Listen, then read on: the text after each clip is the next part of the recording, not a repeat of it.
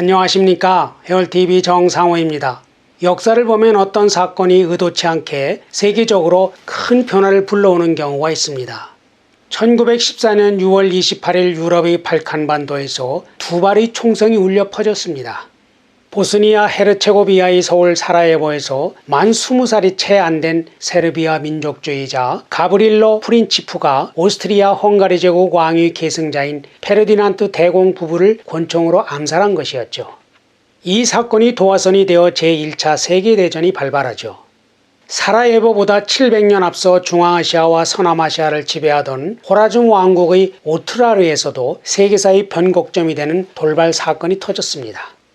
1218년 징기스칸이 교역사절단 450명이 몰살당하고 가져온 재물을 약탈당한 것입니다.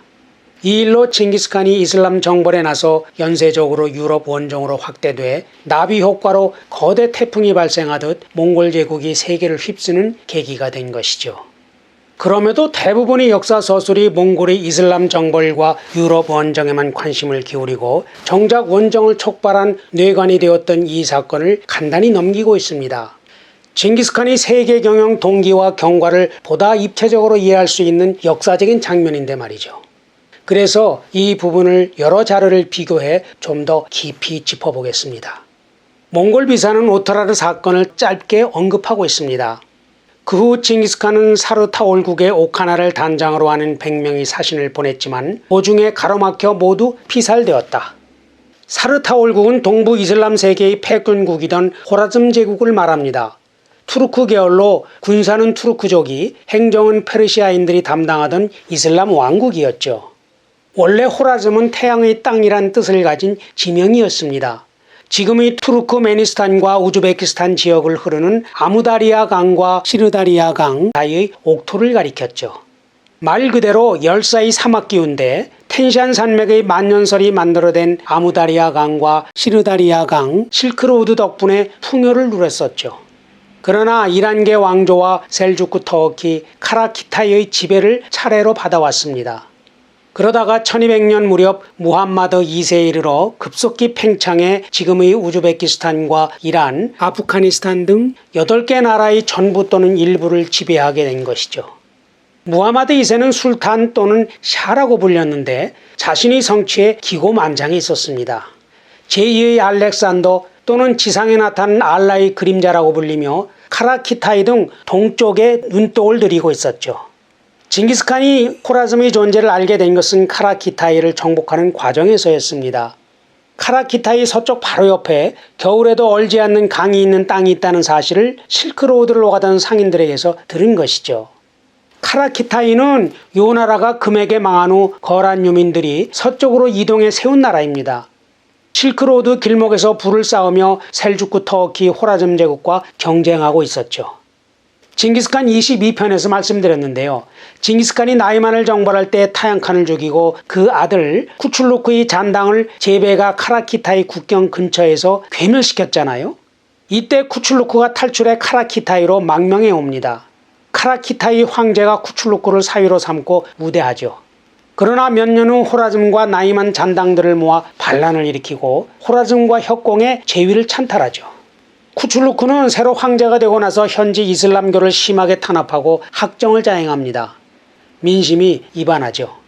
이때 징기스칸은 4차 금정벌에서 돌아와 아직 복속하지 않은 주변 집단을 정리하고 있었는데 이 기회를 놓칠 리 없죠. 제베와 수베에테이에게 각각 2만 군사를 주어 서방을 공략하도록 합니다. 수베에테이는 텐산산맥 인근에서 재기를 노리던 메르키트 잔당을 섬멸하는 동시에 혹시 호라즘이 쿠출루크를 지원하지 못하도록 견제하며 제베군을 옆에서 보호합니다. 그동안 제베는 카라키타이로 들어가 징기스칸의 방침대로 모든 이슬람 사원을 개방하고 종교의 자유를 공표합니다. 어떤 마을도 약탈하거나 잔악행위를 하지 않았습니다. 몽골군이 지나는 도시마다 현지 주민들이 문을 열어주죠. 이런 민심을 등에 업고 제베는 손쉽게 카라키타이를 장악하고 도망하는 쿠출루크를 추적해 죽입니다. 이제 동쪽과 서쪽의 패권 세력인 몽골과 호라즘 제국이 완충지대 없이 만나게 된 것이죠. 아마 술탄은 닭 쫓는 게 지붕 쳐다보는 심정이었을 겁니다. 입맛을 다시고 있던 카라키타이를 몽골이 먹어치워버렸으니까요. 그러나 징기스칸으로서는 금과의 전쟁과 주변 세력 진압에 집중하느라 다른 데 신경 쓸 여유가 없었습니다. 아무튼 두 나라는 사신을 교환하며 우호 관계를 맺는데요. 둘 중 어느 쪽이 먼저 제안했을까요? 책 징기스칸 잠든 유럽을 깨우다에서는 1217년 징기스칸이 무함마드 2세에게 선물과 함께 3명의 사신을 보내 교역을 하자고 한 것으로 되어 있습니다. 반면 책 징기스칸의 위대한 장군 수부타이는 금의 중도가 함락되자 술탄이 먼저 징기스칸에게 사신을 보내 교류를 제안했다고 합니다. 헤어리 판단으로는 이슬람권 최고의 역사가인 라시드 아떼니 집사나 다른 기록들을 볼 때 교류 제안은 호라즘이 먼저 한 것으로 보입니다. 몽골군이 금의 수도였던 중도까지 함락해 승패가 확실해지자 무함마드 2세가 교류 제의를 핑계로 몽골군이 허실을 파악할 필요성을 느꼈던 것이죠. 그 다음에 징기스칸이 답례로 사신 3명을 파견해 선물로 금나라에서 가져온 커다란 금괴를 보낸 것이죠. 징기스칸도 호라즈미 제안을 마다할 이유가 전혀 없었거든요. 오히려 두 손 들고 환영하고 싶었겠죠. 왜냐하면 기본적으로 징기스칸은 사고 자체가 종교, 민족 따지지 않고 열려 있었습니다. 거기다가 평소 실크로드를 오가는 무슬림 상인들과 교류가 많았습니다. 무슬림 상인들은 징기스칸에게 새로운 기술과 정보의 전달자이자 심리전 요원이고 때로는 동맹군이었던 거죠. 이슬람 기술을 수입한 대표적인 사례가 몽골군이 칼 10m인데요. 직선이 아니라 곡선입니다. 직선 칼은 1대1로 정확히 찌르는 데 좋지만 몽골군이 주특기는 기마전술이잖아요. 직선 칼을 쓰면 적을 목표 지점을 노려서 찌르고 다시 뽑아야 하니까 효율이 낮죠. 반면에 곡선 칼은 말 달리며 그냥 스치기만 해도 적을 제압할 수 있는 거죠. 적을 향해 달려가는 몽골 기병의 뒷모습인데요. 등 뒤로 양쪽에 10m를 메고 있죠. 적과 근접전 거리가 되면 시퍼런 10m를 두 손에 쫙 뽑아들고 적을 향해 돌격하는 거죠. 옆에서 가까이 보면 이런 모습인데 지옥의 저승사자가 따로 없죠. 또 금나라 정벌에서 실크로드 상인들은 몽골군이 가공할 위력을 퍼뜨리고 다니며 공포 심리를 부추겼죠. 고용관 함락되는 이슬람 상인 자파르가 고용관의 새끼를 안내해 결정적인 도움을 줬고요.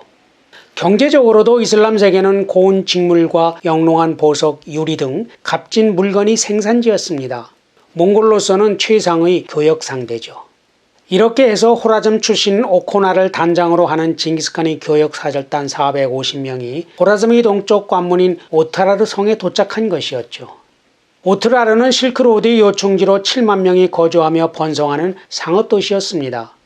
요새와 모스크, 운하, 노천 시장 등을 갖추고 있었죠. 훗날 칭기스칸이 후예를 자처하며 중동과 중앙아시아의 대제국을 세운 티무르가 명정벌군을 이끌고 동진하다가 이곳에서 병사한 곳으로도 유명하죠. 위치가 카자흐스탄 남부 심켄트에서 서북쪽으로 80km쯤 떨어진 샤울리제르라는 면단이 작은 마을 부근인데요. 지금은 황량한 벌판에 궁정터와 모스크터, 성문 등이 남아있다고 합니다. 이제 몽골 사절단은 호라점이 서울 사마르칸트로 가서 술탄을 아련하고 교역을 하면 되는 거죠. 그러나 오트라리 총독 이날축이 사절단 전원을 간첩으로 몰아 살해하고 물건을 뺏어버립니다. 겨우 낙타 몰입군 한 명이 도망쳐서 징기스칸에게 보고합니다. 징기스칸이 경로했지만 우선 항의사절 3명을 보내 폭력을 휘두른 지방관리를 처벌해달라고 요구합니다. 아마 이때만 해도 징기스칸은 오트라르 총독이 월권을 한 것이라고 여긴 것 같습니다. 총독에게 책임을 묻는 선에서 일을 마무리하려고 생각했던 것 같아요.